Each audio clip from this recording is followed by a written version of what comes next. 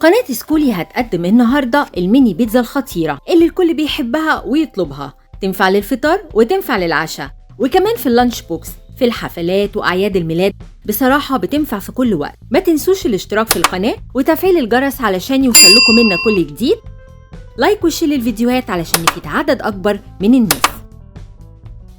نص كوباية من السكر، معلقة كبيرة من الخميرة الفورية، 600 ملي من المية الدافية.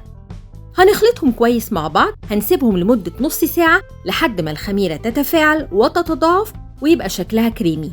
ده منظر الخميرة لما تضاعفت وبقى شكلها كريمي. هنضيف كيلو من الدقيق مرة واحدة.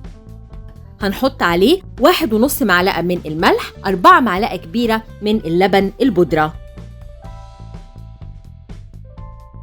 هنعجن كويس لحد ما العجينة تتلم وتتماسك.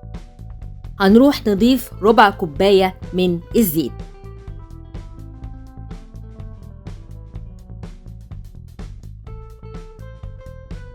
وهنعجن تاني لحد ما العجينة تبقى طرية وهشة.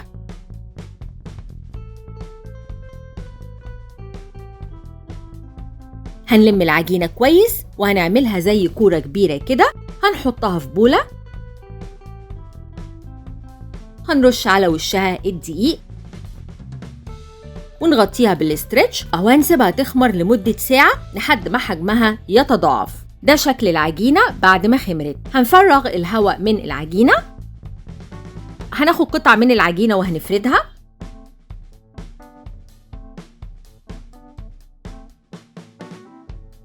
هنقطعها بالقطاعة دواير أو بأي حاجة متوفرة عندنا، حتى لو كوباية بس يكون حجمها مناسب.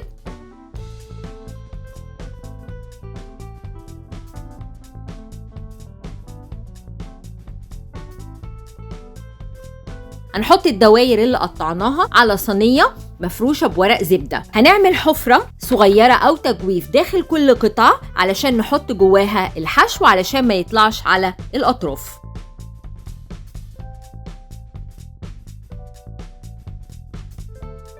هنحط صوص البيتزا في الأول.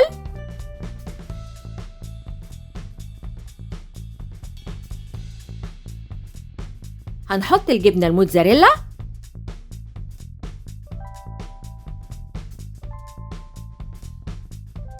هنبتدي نحط الحشو، أي نوع من الحشو اللي انت بتحبيه أو بتفضليه. أنا هنا استخدمت زيتون أسود وسوسيس وطماطم وفلفل أخضر.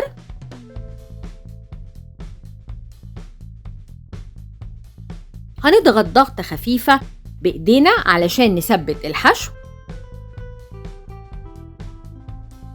على درجة 180 إلى 200 درجة لمدة 10 إلى 15 دقيقة. أول ما تطلع هندهن الأطراف بزيت الزيتون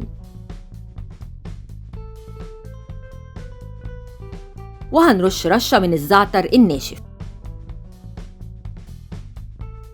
ودوقوا بقى أحلى ميني بيتزا ممكن تدوقوها.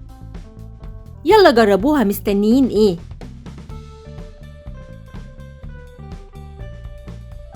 وألف هنا. أشوفكم في الفيديو الجاي.